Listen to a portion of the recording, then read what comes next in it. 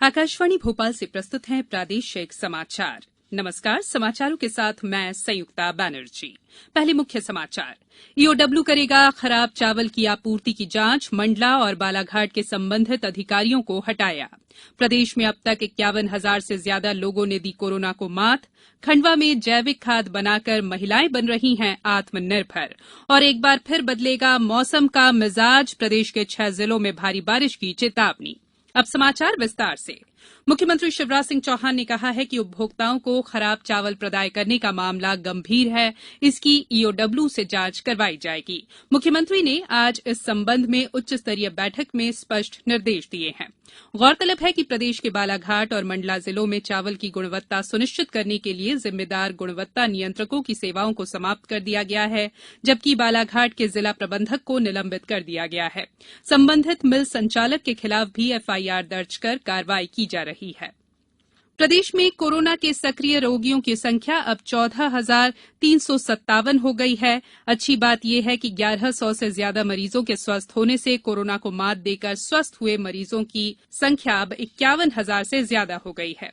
भोपाल में आज 253 और ग्वालियर में 248 नए मरीज मिले हैं, जो जिले में अब तक का सबसे ज्यादा आंकड़ा है। इंदौर में 259 नए मरीज मिलने से कोरोना संक्रमितों की संख्या 13,752 तक पहुंच गई है। नीमच से अच्छी खबर है कि यहां 15 मरीज स्वस्थ हो गए हैं।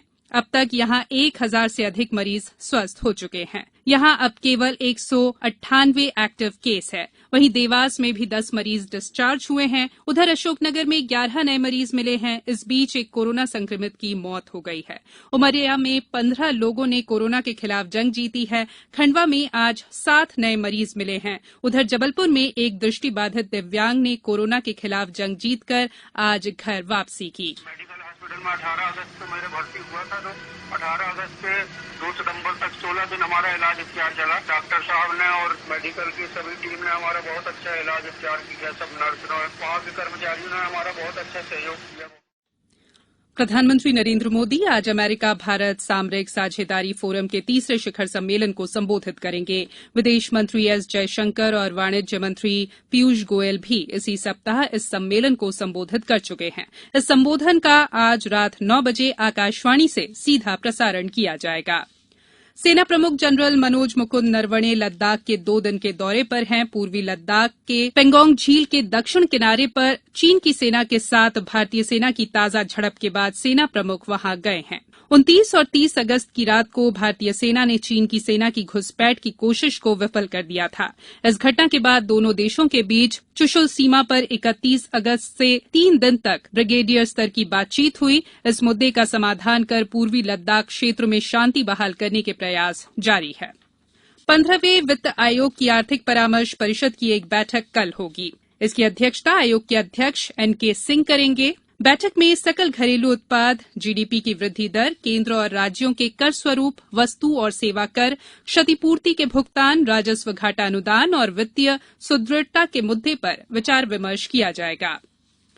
साइबर विशेषज्ञ पवन दुग्गल ने कहा है कि चीन के ऐप पर प्रतिबंध लगाने से चीन की अर्थव्यवस्था पर चोट पड़ेगी। आकाशवाणी से बात करते हुए श्री दुग्गल ने कहा कि इन एप्लीकेशंस का वैश्विक मूल्य 50 से 60% तक गिर गया है। उन्होंने कहा कि इन ऐप से हजारों करोड़ रुपए कमाए जाते थे। उन्होंने कहा कि ब्लॉक किए गए ऐप के माध्यम से बड़ी मात्रा में डेटा भारत से बाहर जाता था। सरकार ने कल से पबजी सहित 118 मोबाइल एप्लीकेशंस पर रोक लगाया है। इससे पहले जून में भी केंद्र सरकार ने टिकटॉक सहित 59 मोबाइल ऐप पर प्रतिबंध लगाया था। ट्विटर प्रबंधन ने आज कहा है कि प्रधानमंत्री नरेंद्र मोदी के व्यक्तिगत वेबसाइट से जुड़ा और हैक किया गया अकाउंट अब बहाल कर लिया गया है। ट्विटर के एक प्रवक्ता ने कहा है कि वे इस स्थिति की गहन जांच कर रहे हैं। संबंधित अकाउंट के करीब 25 लाख फॉलोअर्स थे। 15 जुलाई को Elon Musk, Bill Gates, Barack Obama, Jeff Bezos जैसे दिग्गज लोगों के अकाउंट हैक कर लिए गए थे। ये समाचार आप आकाशवाणी भोपाल से सुन रहे हैं। हमारे समाचारों को अब आप कभी भी और कहीं भी अपनी सुविधा के अनुसार सुन सकते हैं। ये समाचार बुलेटिन यूट्यूब, ट्विटर और फेसबुक पर AIR न्यूज भोपाल पेज पर सुने जा सकते हैं। इसके अलावा आप हमारी वेबसाइट newsonair.com पर या AIR न्यूज ऐप पर भी समाचार सुन सकते हैं। ब्रेक के बाद समाचारों में एक बार फिर आपका स्वागत है। खंडवा में ग्रामीण आजीविका मिशन के तहत स्व सहायता समूह की महिलाएं जैविक खाद और कीटनाशक तैयार कर आत्मनिर्भर हो रही हैं। इसके अलावा ये महिलाएं वर्मी कंपोस्ट भी तैयार कर रही हैं। सीईओ रोशन कुमार ने आकाशवाणी से कहा है कि महिलाएं आर्थिक रूप से आत्मनिर्भर बन रही हैं। यहाँ पे जो हमारे स्व सहायता समूह की दीदियां हैं, उन्होंने बहुत ही अभिनव प्रयास करके जैविक कीटनाशक और जैविक खाद बनाए हैं और उनको नाम दिया है नीमास्त्र, ब्रह्मास्त्र, इस तरीके से। और इसको बेच के वहाँ पे ये लोग अपनी आय बढ़ा रहे हैं और जो गांव में जैविक खेती है उसको भी बढ़ावा दे रहे हैं। तो इसमें हमारे वहाँ पे पलकना गांव में 3 समूह हैं जिसमें करीब 35-40 महिलाएं लाभान्वित हो रही हैं। और उससे भी महत्वपूर्ण बात यह है कि वहाँ पे जो है जैविक खेती करके सब्जियां एंड जो पौधे होते हैं उनको उत्पादन करने की प्रथा एक विकसित हो रही है। अनुसरण में फिर वहाँ की जो आसपास की पंचायतें हैं, जावर वगैरह, वहाँ पे भी कार्य शुरू हो गया है और धीरे धीरे इसको हम लोग पूरे जिले में प्रयास करके अच्छे से फैलाने का प्रयास कर रहे हैं। लोक स्वास्थ्य यांत्रिकी मंत्री अंदल सिंह कंसाना ने विभागीय अधिकारियों को निर्देश दिए हैं कि प्रदेश के ग्रामीण अंचलों में वर्षाकाल में पेयजल की सुचारू व्यवस्था का विशेष ध्यान रखा जाए। ग्रामीणों को शुद्ध और पर्याप्त पेयजल की आपूर्ति भी सुनिश्चित की जाए। निवाड़ी जिले के उबोरा गांव के एक छात्र और उसके दोस्तों की रिसर्च को international journal of engineering and technology में पब्लिश किया गया है। जवाहर नवोदय विद्यालय कुंडेश्वर के छात्र अजय देव परमार की इस रिपोर्ट में उन्होंने रोबोटिक्स के क्षेत्र में ऑटोमेटिक क्लीनिंग रोबोट की रिसर्च की। इस रिसर्च में भारत के अलग अलग राज्यों के साथ लोग भी शामिल थे। अजय ने बताया कि उन्होंने पूरी रिसर्च डिजिटल प्लेटफॉर्म के तहत घर से ही की। इस रिसर्च में मैंने और मेरे साथियों ने एक स्मार्ट रोबोट बनाया था जिसमें कि हम लोग अपने देश के लिए अपने प्रति योगदान कर सकें। 11वीं कक्षा का छात्र और हमारे सभी छात्र बीटेक डिग्री के थे और सभी छात्रों को हुनर pro skill limited Maharashtra company में एक इंटर्नशिप ऑफर मिला था। उसके बाद हम लोगों का रिसर्च प्रोग्राम चला, जिसके बाद हमने एक टीम के रूप में एक पूरा काम किया है और एक स्वदेशी ऐप तथा पूरा हमारा प्रोजेक्ट डिजिटल प्लेटफॉर्म पे किया है। इसके बाद हम ये कंपनी को देखेंगे, हमारा कंपनी हमारा नामकरण करेगी ऐप का। सहकारिता एवं लोक सेवा प्रबंधन मंत्री डॉक्टर अरविंद सिंह भदौरिया ने कहा है कि कृषि और ग्रामीण अर्थव्यवस्था में सहकारिता आंदोलन की प्रमुख भूमिका है। उन्होंने निर्देश दिए हैं कि सहकारिता से संबंधित शासन की योजनाओं को पारदर्शिता के साथ प्रभावी रूप से मैदानी स्तर पर क्रियान्वयन सुनिश्चित कराया जाए ताकि हितग्राहियों को शासन की योजनाओं का लाभ मिल सके। डॉक्टर भदौरिया ने यह भी कहा कि वे 5 सितंबर को विस्तार से इसकी समीक्षा करेंगे। अब बात मौसम की। एक बार फिर से मौसम का मिजाज बदलने वाला है। अगले 2 दिनों में पूर्वी और पश्चिमी मध्य प्रदेश के कई जिलों में हल्की से मध्यम वर्षा होने के आसार हैं। मौसम विभाग के अनुसार प्रदेश में चक्रवाती हवाओं का क्षेत्र बना हुआ है और मानसून की अक्षीय रेखा इस सर्कुलेशन के आसपास है, जिसके चलते राज्य के विभिन्न भागों पर फिर से मानसून सक्रिय हो रहा है।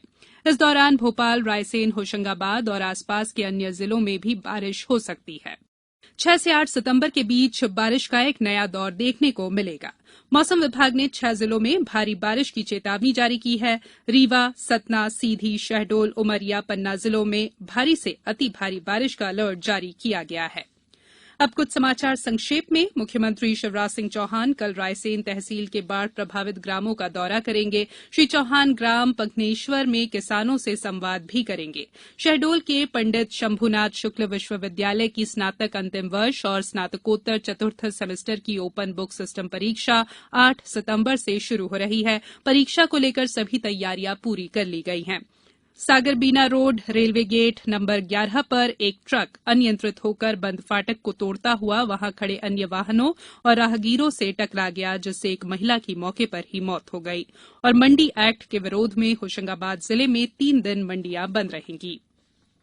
अंत में बुलेटिन के मुख्य समाचार एक बार फिर।